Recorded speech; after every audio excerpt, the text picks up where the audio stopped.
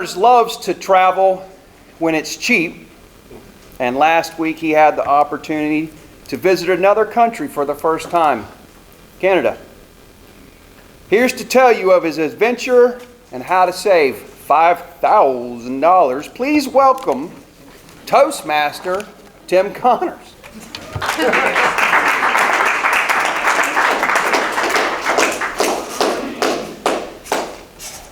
As the applause dies down, my wife and I decided, after traveling to several parts of the U.S. in different diverse sections, that we would branch out and go to Canada. So we thought, well, what would be maybe the easiest way to go into Canada? We decided that we would go into Quebec. Now, just a brief little history. Quebec was established by the French in the early 1600s. But in the 1700s, the British basically took it over and conquered that area as well with the other provinces of Canada. There are a lot of uncertainties going to a new place. Going to Canada, especially to Quebec with a French-speaking culture that you have there. What are you going to run into? You're going to be able to read the signs, going to be able to speak the language well enough. Well, it all worked out. We did our research. And with the help of Priceline, the right credit card, and a few other tools that worked quite well, now we flew into Manchester, New Hampshire. Now this was just opened up by Spirit Airlines. Now why do I mention this? Because we travel on a shoestring budget. So I'd like for your help with this. At this side of the room, whenever I say, why, blah, blah, blah, it's because we travel on if you would just say shoestring very loudly right now. Shoestring! Budget? Budget! Thank you so much.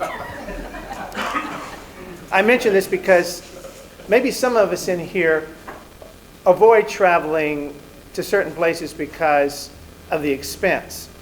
Well, I'm here to tell you you can save $5,000 by not going to France. Just go to Quebec. Quebec City and Montreal, and that's where we went.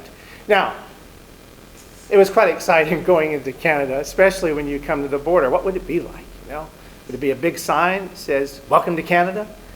Well, yes, there was. And there was a sign that said, "Welcome to Quebec." That was interesting. But when you get in, well, it made sense because we were going into Quebec. But when we went through the toll booth, if you want to call it that, the man standing there and asked us, I got through in 30 seconds. It was amazing, just showed the passport. Now, they interrogated my wife for about 3 hours. Momentary delay, it wasn't that bad. Now, when you're going that direction, well, before you get to Canada, you're going to go through the White Mountains of New Hampshire. Now, if you've ever been out west, you see snow-capped mountains. It's not something you normally see in the east, especially the Appalachian Mountains. However, many snow-capped mountains with lots of snow, and it's amazing. I didn't think that it would be that way the first week in May. We did go last week. That's why I wasn't here. While we were there in Quebec, we went into a restaurant pub, and there was a TV playing a soccer game. Now, who do you think was playing while we were in Quebec? Shoestring! Nay, nay. Nay, nay. It was I'm going to get this right. My wife pointed this out. I forgot the name of it. Let's see. It was the Florida Panthers against the Toronto Maple Leafs playing hockey in the Stanley Cup playoffs. I thought that was kind of interesting, being in there. Now, the first place we stayed at in Quebec was a town called Sherbrooke.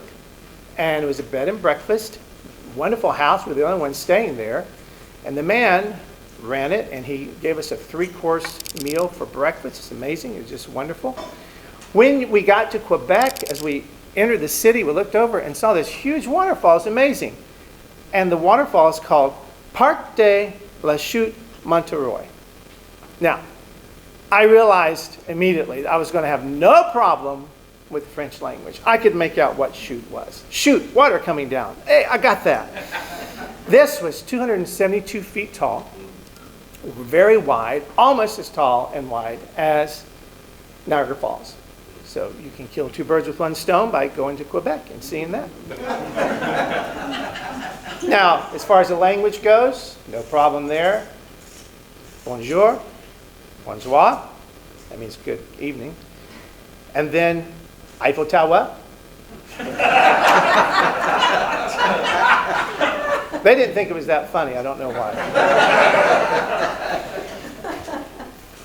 One of the signature buildings in Quebec City was the Chateau Frontenac. Now, this is like a castle, and anytime you see a picture of Quebec, it's probably going to show that. Beautiful place, very expensive to stay there. However, we did not stay there. Why? Because, wait for the cue. Why? Because we travel on a that is correct. Through Priceline, third of the cost at another hotel. But it was right down in Old Town, Quebec. In fact, when you walk on those streets, it's amazing. You do feel like you're in Paris. You really do. Now, so far in this little talk I'm giving, how many of you now are a little bit more motivated to go to Quebec City, perhaps? Anybody in here? Oh, that is good. Okay, I'm on the right path. That's good to know. All these streets, just amazing. Cobblestone streets. In fact, there were times when you felt like you're on the set of Beauty and the Beast. It was just beautiful. And we were there on the cusp of spring. Not quite spring. Well, spring happened about 24 hours later. When we were there, the wind was blowing. You wouldn't believe how strong, more than in Chicago, Tim. Where's Tim? Raise your hand. There, yeah, not that Tim, the other Tim who spoke today. That Tim, he's from Chicago. More than in Chicago. Very kind of cold. But by the next day, it started to warm up a little bit. The sun came out. It's very nice. Well, from there, we went over to Montreal. About an hour and a half drive. Saw various similar things as you would see in Quebec. French-speaking area, just beautiful, just wonderful. I think for us, one of the signature places that we visited there, which we didn't have time to see a lot, but why do we not see a lot? Because we travel on a and that includes the time away on the vacation. But we saw the Basilica of Notre Dame, which was incredible. Now there's much more to talk about, but I will just say this. When you visit and to other places, you get a feel for the culture. You learn so much. I learned a lot about the French area there, and they get along well, even though the French language seems to be their really defining part of their culture. But it was just glorious. I highly recommend it. Go for it, and please travel on a